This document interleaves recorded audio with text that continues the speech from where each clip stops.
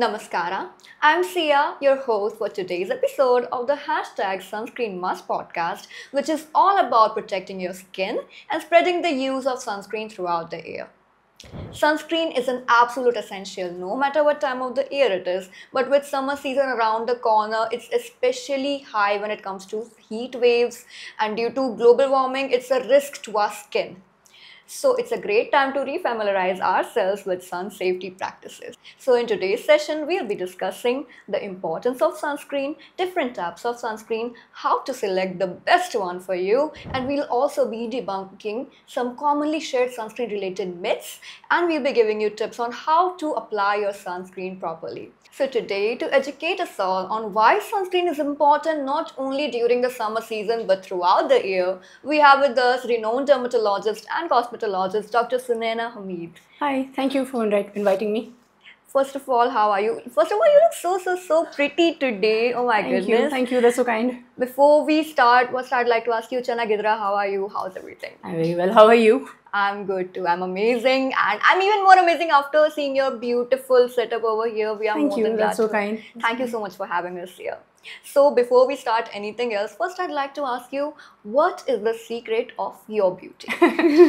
Actually, I've been taking care of my skin for a very long time now. I think by this point it's about 25 years. So I started when I was still a student. I was on a shoestring budget. So, but even back then, the very basics, the cleanse, nourish, protect, your Yes. face wash, moisturizer, sunscreen, those three I used to still do.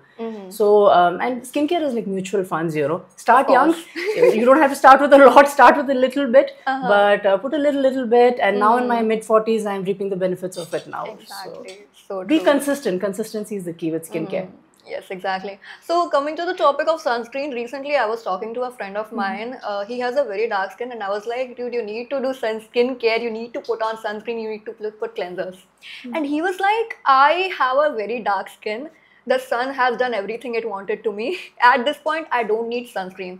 So my question to you is sunscreen only for fair skinned people, or are dark skinned people required to use it as well? No, that's very common misconception. Skin is skin, Exactly. for everybody. The skin है भाई Teflon थोड़ी ही है. So first of all, for a few things that people need to understand is, see, skin is the largest organ of the human body. Whenever I ask patients, they still think our 20-foot intestine or a skeletal system is the biggest organ. No, it's the skin is the biggest organ. As we get older, we start worrying about health of many organs, right? We start worrying about our joints, we start worrying about heart health, we start worrying about kidney health, we start worrying about hormonal health, we start worrying about gut health. So why not worry about skin health as well? So when you worry about the health of the organs, what do you worry about? You worry about aging, you worry about tumor formation, you worry about cancer formation. This is true for all of your organs, whether you're light skin, whether you're dark skin, it is true for skin. And when it comes to aging and when it comes to tumor or cancer formation, sun is the number one enemy. So other things like petrochemical industry exposure or prolonged use of immunomodulatory medications, those are all less common. Sun is the main reason why the skin ages and why the skin can form skin cancers. And this doesn't matter whether you're light skin or dark skin. So sunscreen recommendation is universal irrespective of the color of your skin, irrespective of where you're staying. Dr. Sunana, as you told me that sun is our worst enemy when it comes to skincare, so I would like to ask you, how exactly does sun exposure affect our skin and what are the potential risks? Okay, maybe I should paraphrase that. See, a lot of people actually think that doctors are like deathly afraid of sun and they never go out in the sun. Actually, we're not vampires or anything like that. See, sun has many benefits as well. Our planet runs on sunshine. So, small amounts of early morning sunshine, it has many benefits. So, when we talk about vitamin D production, many people think that what about vitamin D production?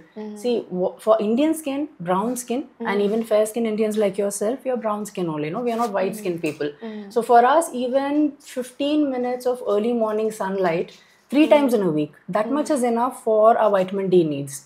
But there are many other benefits. Small amounts of sunlight is good for our immune system. It has germicidal benefits. It has psychological, spiritual benefits. It can protect against dementia.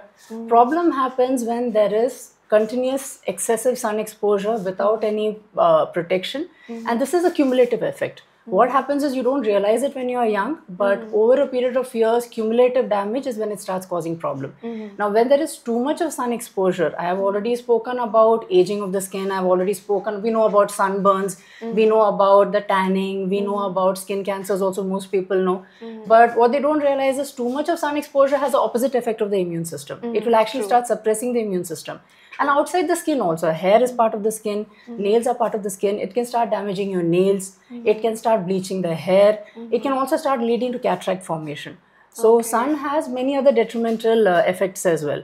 So small amounts of early morning sunshine is good, but continuous sun exposure, unprotected sun exposure in a tropical country like ours, it can have many more cumulative effects over a period of time. So that is a problem with cumulative sun damage over a period of time. We have to start protecting early. People start realizing this only when it is too late. All right, doctor, as you said that we live in a tropical country, but our country has so much variety of different weathers over here. We have Himalayas when we go up north. We are in southern India right now. The weathers differ so much.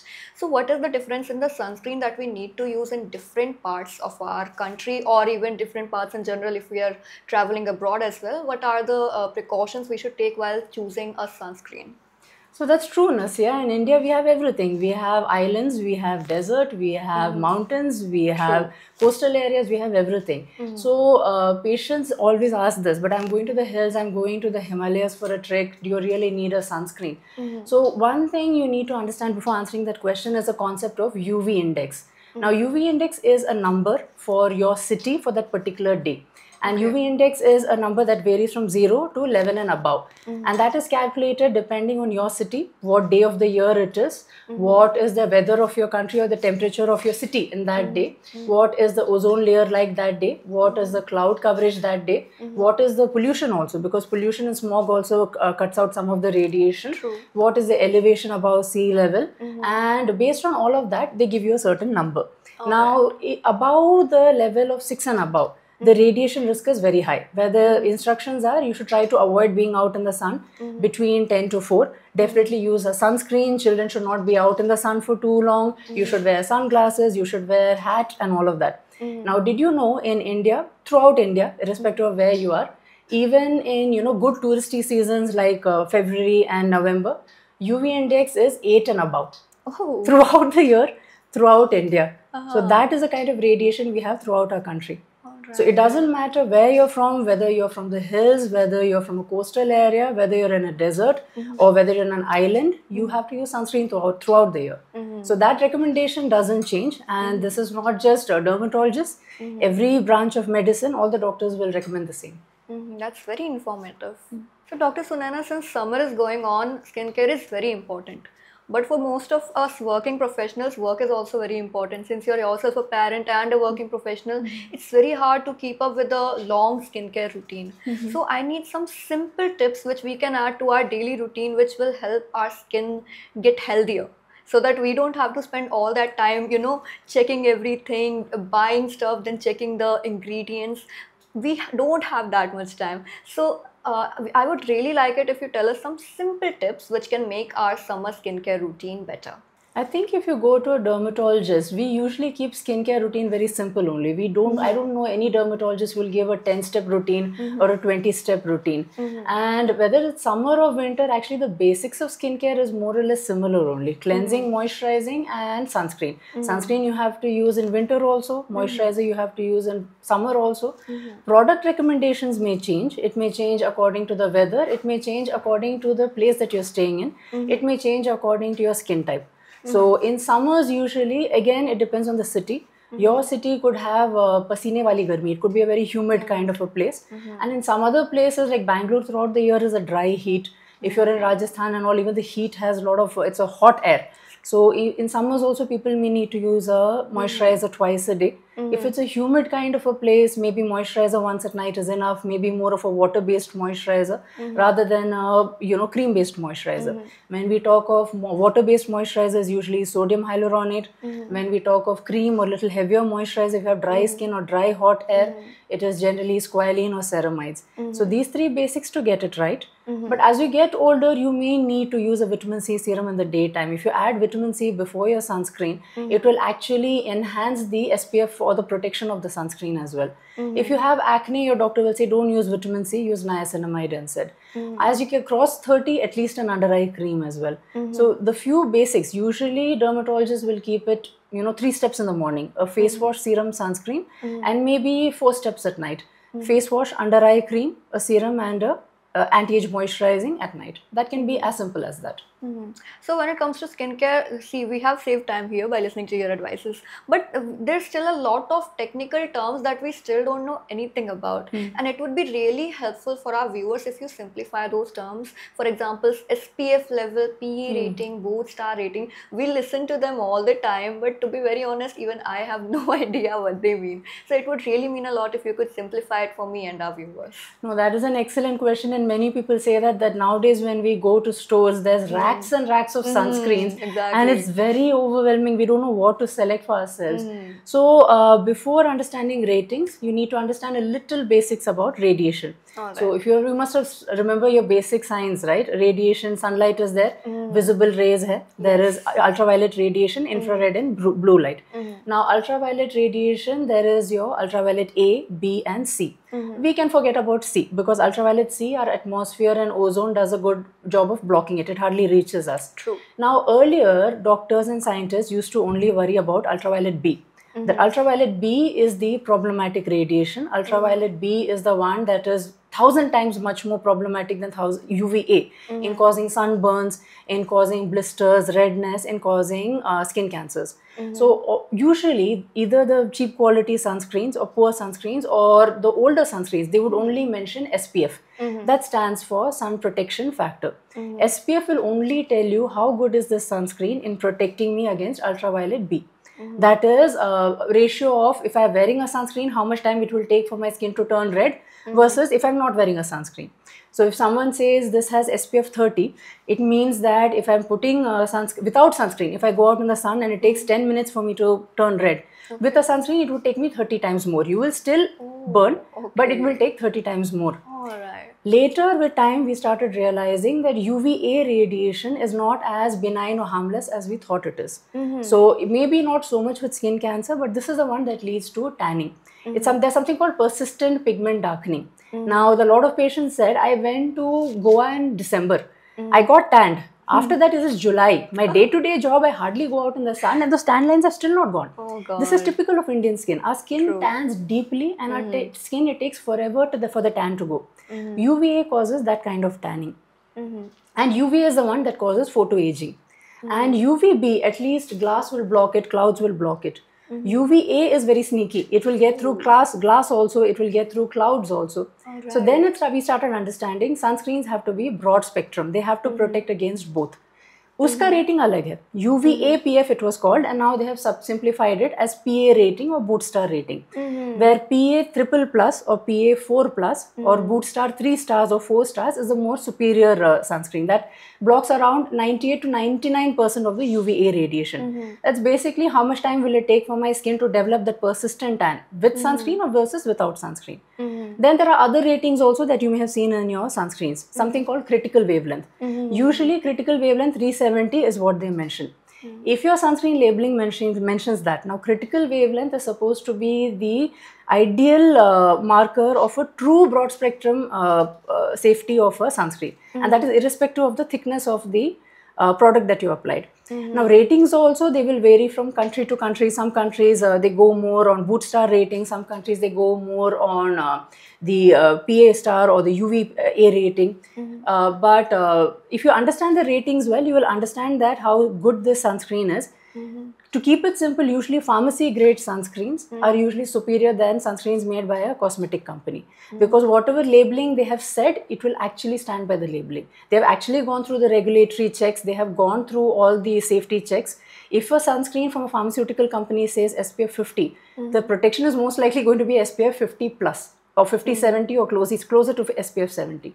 So that is how you interpret these ratings and these labelings. That's quite informative. The next time we go to the supermarket, me or our viewers, I'm pretty sure that we won't be as confused as we were before listening to this explanation.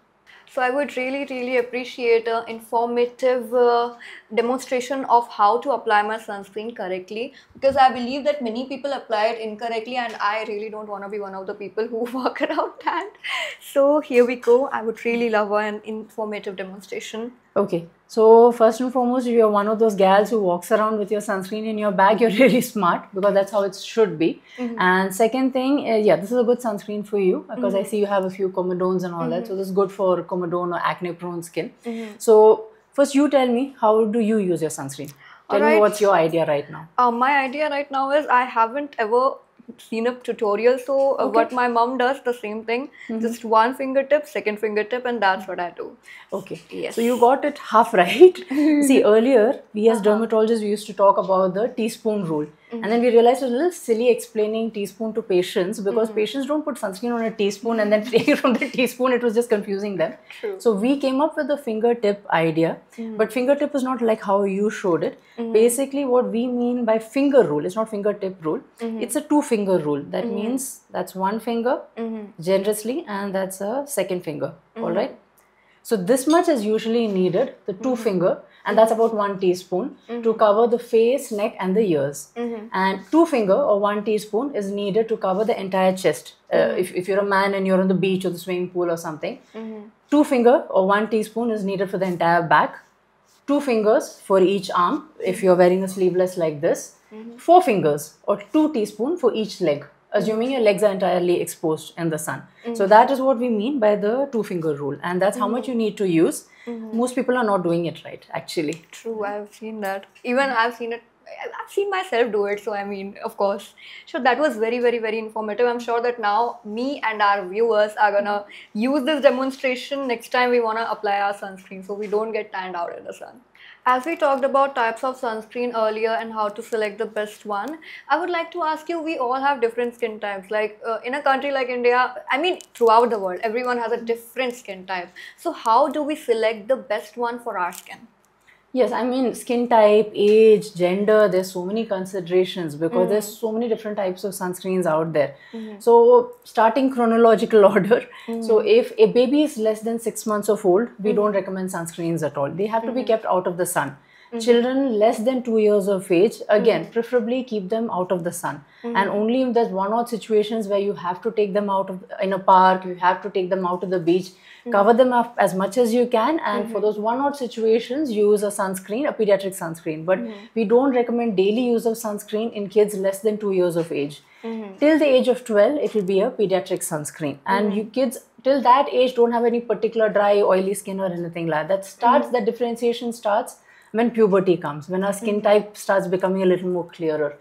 If you have a oily skin, you can go for a gel-based sunscreen. There are powder finish or matte finish sunscreens. So they don't block your pores.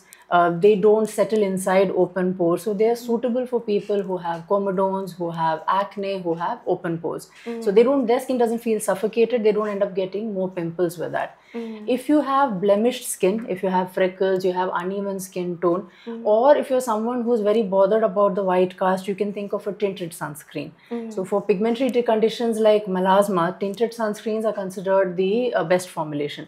Even in tinted sunscreens, there are matte finish ones and there are cream finish ones. The only thing with tinted sunscreen is most of the tints which are there are suitable for medium complexion people. So which means if you have a very deep or dark complexion, you may still find it having a bit of a white cast or not really suiting your complexion. And if you have very dry skin, then you should probably go for a cream based or a lotion based sort of a sunscreen. If you have sensitive skin, you have had problems with eczema, you have problems with eyelid allergies, sensitive eyes, you have problems with rosacea, basically your skin barrier is compromised or not healthy, go for physical sunscreens. If you have physical sunscreens, are basically your pediatric sunscreens or mineral sunscreens only. If you are looking for a sunscreen for large parts of the body because you're an athlete and your body is exposed, if you're going for a swim or something like that, then I would say go for spray-based formulations, because the easy to, the spray is easy to spread, so it's, spreadability is good, so acceptability is good. They last also longer, and so those are the different formulations which are out there. And dry skin ke liye nowadays there are sunscreens that have, humectants. So they have glycerin in it, they have peptides in it, they have hyaluronic acid in it. So it becomes like a sunscreen with moisturizer. And with pigmentation also, there are many sunscreens that have skin lightening ingredients in it. So sunscreen nowadays come with vitamin C, they come with niacinamide. And if you're someone who hardly goes out in the sun, so you're not convinced if you need a sunscreen, but you're exposed to a lot of, office light. You're exposed to a lot of blue light, you're exposed to or you're someone in the kitchen all the time. You're in the restaurant industry, you're a housewife, you're exposed to the heat from the kitchen. That's called infrared light. So there are a lot of sunscreens that come with infrared filters, that come with blue light filters to protect you from that kind of radiation. So when sometimes patients say that I'm going to a trek, I have to pack really compact and I have this 5 different products, and they think I'll carry my retinol with me. No, actually you should carry your sunscreen, because your sunscreen can have a moisturizing, it can have UV filters, blue light filters, it can have vitamin C in it. That becomes a whole package. That is the most important thing to carry, not your anti-aging serums or stuff like that. So many people I know, they work in offices all day long, they stay inside their offices, they have desk jobs, they barely go out in the sun basically. So do they need sunscreen? Yes, because they could still be exposed to blue light from their screens, from the lights, from the lamps which are there in the office. It will also depend on how much natural light comes into your office. It can depend on how much natural light comes into your penthouse or your homes. So if your office space of your house has a lot of natural light, bright sunlight coming in, if your cubicle is next to a huge window or something like that, like I said before, ultraviolet A radiation will pass through windows and glass as well. So most rooms, even if the light goes out, we can still see each other. It's not pitch dark. Why? Because there's radiation all around us. True. So you still need a sunscreen. So many people these days, they have a lot of procedures done to their skin, for example, chemical peels. So after they have done the procedure, what do you advise them? How should they proceed with the sunscreen and everything? Most procedures, and this is not just true for the dermatology procedures, even for a lot of your salon procedures and all that you do, your facials, your medifacials, your bleach and everything, little bit for some time your skin barrier gets a little disrupted, because that's how procedures work. They disrupt and then you heal. So one is a barrier protecting cream, a skin repairing kind of a cream, and then a sunscreen. When the barrier is disrupted, it is even more important that you use a sunscreen and avoid the sun for the next few days. So there are sunscreens, like I said, with sodium hyaluronate. There are sunscreens with peptides, which are ideal for use after you have had any kind of a invasive or semi-invasive procedure. Recently, we have heard and read a lot about sunscreen causing skin cancer. So is it true, or is it just a misconception? This is a complete myth and an extremely irresponsible myth to be created. First of all, there was never any evidence about sunscreen or sunscreen ingredients causing cancers. But what is irrefutable, where there's lots and lots of data and evidence, is that UV radiation does cause skin cancer. That is irrefutable. It's not just dermatologists. All doctors accept that, all scientists accept that. Even the World Health Organization has accepted that UV radiation is a human carcinogen, just like tobacco is a human carcinogen. And there's enough and more evidence that sunscreens protect from skin cancer, that the regular use of sunscreen has actually brought down the cases of skin cancer worldwide. So the sunscreen causing skin cancer, this is very strange and a very irresponsible myth. There's also a lot of noise about sunscreen messing up with our hormones. Is that also a misconception? Okay, see, this is part truth, and see, there's a lot of information out there in the internet, but I think you need a medical person or a doctor to act as an information filter to give you the actual information. See, there's a concept called endocrine disruptors. So endocrine disruptors are basically chemicals that you can get into our system either through the products that we use. The products can be not just sunscreens, our moisturizers, our shampoos, the cosmetics that we use. It can enter our system through the food that we eat, through the water that we drink. These chemicals can interfere with the normal functioning of our hormonal system and can lead to hormonal imbalances. Now, first of all, endocrine disruptors are all around us. It's there in our food, it's there in our water, it's there in plastic, it's there in metal, so our cooking utensils, in our tiffin ka dabbas and all of that. True. So there was a lot of study that was done on sunscreen ingredients, that are there some of these ingredients, were they causing any hormone disruption.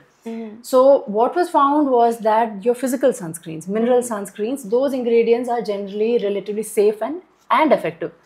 In the chemical sunscreens, now chemical sunscreens, there is a whole list of different ingredients that go into making a chemical sunscreen. Now, every sunscreen will not have all of these ingredients. Companies will pick and choose these ingredients depending on the formulation, depending on the quality of the ingredient, depending on their own research, depending on what ingredient is available locally. So in 2021, the European Commission came up with a final conclusion. That's quite recently only, that they found only 2 ingredients to be actual endocrine disruptors. These ingredients are homosalate and octocrylene. Now these 2 ingredients anyway were not being really used by pharma companies in creating sunscreens. Second thing, if anything, like I said, regulations and all recommendations also vary from country to country. In the United States, the regulations and the recommendations are even more relaxed. So there are some more ingredients that could be slightly problematic or controversial, like there's oxybenzone, there's cinemates and all that. So to interpret this correctly, first and foremost, if in doubt, physical sunscreens, one we know is absolutely safe. That's why we say in pregnant women, in children, in anybody with an unhealthy skin who has eczema, the skin barrier is not good, they should be using a physical sunscreen. Second, I would not recommend sunscreen use to be used every day for very large parts of the body. So if you are a swimmer, you're a diver, they anyway wear full body suits. So they don't go with swimsuits or bikinis and going deep diving on a daily basis, because ultimately clothing is the best protection against the sun, and large parts of your body, if you apply sunscreen, that's not good for the marine life as well. So understand this information correctly, and once again understand that pharmaceutical companies are constantly keeping watch on these ingredients. They are taking feedback from doctors, from scientists. They are actually listening to the recommendations of different countries. If something is controversial, they are withdrawing products, they are reformulating products. So that's why as dermatologists, we put our faith in pharma-based products rather than something that is made by some individual or some beauty company who says that we have done our own research for 8 months, 10 months, come up with a formulation. Pharmacy companies and doctors' research never ends. It is an ongoing, non-stop process. True. So I hope that's clear. That's very informative actually. So Dr. Sunaina, today, so what's one key takeaway for our viewers on our platform of #SunscreenMust podcast? One takeaway I will say, based on the things that I'm hearing from the youngsters among my patients. So I see a lot of 20-year-olds coming to me asking about retinol. I'm worried about fine lines, wrinkles and everything. Everyone wants to use retinol. Everyone wants to use anti-aging cream. But there's still some mind block about using a sunscreen. I'm migrant from Delhi, and Bangalore has such lovely weather, and I'm in IT, I'm from work from home. Why do I need to use a sunscreen? And I don't like the white cast, and the sunscreen, a good sunscreen that you recommend, is almost as expensive as some OTC retinol and all that. Sunscreen, like I said, if you start early, ultimately your sunscreen is the best anti-aging cream and still the most inexpensive anti-aging cream which is out there. Start with sunscreen. Your sunscreen can be your moisturizer. Your sunscreen, there are ingredients that can control pigment buildup. Sunscreen can have peptides in it. Sunscreen can protect from blue light. They can protect from infrared light. Sunscreen is a very, very versatile beauty product as well. Don't just think of it as medication. Secondly, sunscreen, although it is over the counter, it is not an over the counter cosmetic. It is an over the counter drug. So I know there's a lot of products out there. It's overwhelming and it's creating confusion. If in doubt, check with your dermatologist. Sunscreen ingredients can be controversial. In order to save cost, sometimes company uses cheap ingredients which can in the long run create problems. Put your faith in pharmacy-based products rather than over-the-counter cosmetic-based company-made products. Alright, Dr. Sunaina, this was such an informative session, and I'm pretty sure that our viewers have questions of their own. So if they want to meet you, how can they contact you? How they can get a consultation? What's the procedure like, and what are the services? If you could give a small brief about that for our viewers, that would mean a lot. So I'm based in Whitefield. I have my own private practice. It's called Skin Health Advanced Dermatology Center. So I completed my MD studies in 2008, and since then I've been in private practice. I've worked for corporate hospitals, and I started my own private practice in early 2016. So our website, www.drsunaina.com, will give you all the information of all the services we have. So I do medical dermatology, I do pediatric dermatology, we do aesthetic dermatology, I have 13, 14 different types of lasers In my practice, we do injectables, we do PRPs, hair treatments. So you can go to our website to get more information on all the services that we provide. And so I hope you found the podcast informative. And I'd like to thank you and IPCA for the opportunity. And I hope we could dispel a lot of myths.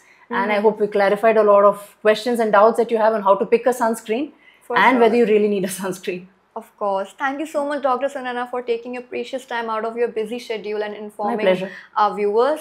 And viewers, thank you so much for connecting with us once again. I'm pretty sure that your advices are gonna help our viewers not only get protection from UV rays, but also get a shiny, healthier, glowy skin. And viewers, thank you so much for connecting with us once again. For more advices and suggestions from the best and the most renowned dermatologists and cosmetologists of our country, stay connected with us on the hashtag Sunscreen Must Podcast. We are available on Instagram, YouTube, Apple and Spotify podcasts. Thank you.